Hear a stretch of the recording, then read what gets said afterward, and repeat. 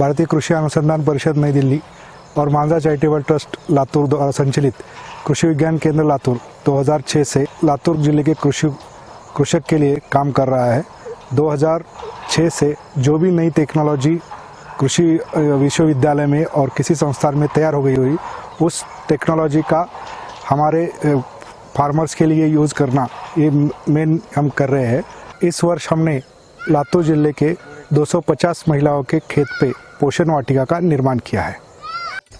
उम्र के अनुसार हमारे भोजन में प्रतिदिन 300 ग्राम तक की सब्जियां होना जरूरी है, लेकिन उत्पादन स्थिति और बढ़ती महंगाई के कारण हमें केवल 120 ग्राम तक सब्जियां खाने प्राप्त होती है। इसीलिए पोषण वाटिका का निर्माण होना जरूरी है।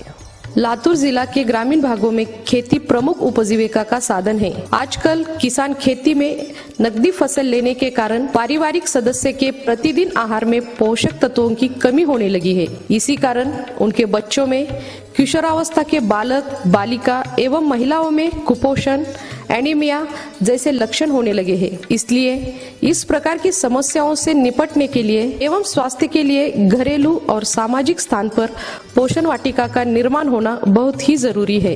पोषण वाटिका का निर्माण बहुत ही सरल है। इसके लिए स्थान चुनने में ज्यादा दिक्कत नहीं होती, क्योंकि अधिकतर ये स्थान घर के पीछे या आसपास ही होते हैं। जहाँ तक पोषण वाटिका के आकार का संबंध है, तो वह जमीन की उपलब्धता, परिवार के सदस्यों की संख्या और समय की उपलब्धता पर निर्भर होता है। आमच्याकडे आम्ही भाजीपाला वगैरे पहिल्यापासून काही करत नव्हतो, पण ज्यावेळेस आम्ही मांजरा कृषी विज्ञान केंद्राला भेट दिली, पोषण पद्धतीचा म्हणजे बाग तयार केली आणि त्याला आम्ही कुठल्याच प्रकारची फवारणी वगैरे नाही, आम्ही गांडूळ खतावरती म्हणजे एक ऑर्गॅनिक पद्धतीचाच भाजीपाला केलेला आहे।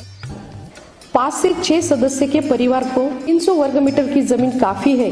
इससे अधिकतम पैदावार ली जा सकती है। पोषण वाटिका के लिए ऐसे स्थान का चुनाव करना चाहिए जहां पानी पर्याप्त मात्रा में मिल सके, जैसे नलकूप या कुएं का पानी।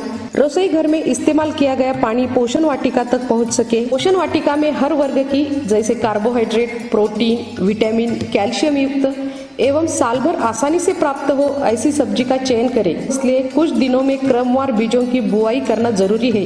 ये वाटिका अधिक आकर्षक बनाने के लिए उसमें कुछ सजावटी एवं फूलों के पौधे भी लगाए जा सकते हैं। इसमें हल्दी, अदरक या पुदीना जैसे औषधि पौधे भी लगाए। इसलिए पोषण वाटिका पूरी तरह से जैविक हो, जैसे फसलों में कीड़ न लगे, इसलिए नीम अर्क, दशपर्णी अर्क आदि का प्रयोग करें। पौधों की अच्छी उपजाई के लिए जैविक खत जैसे वर्मी कंपोस्ट, जीवामृत, वर्मी वॉश का इस्तेमाल किया जाए।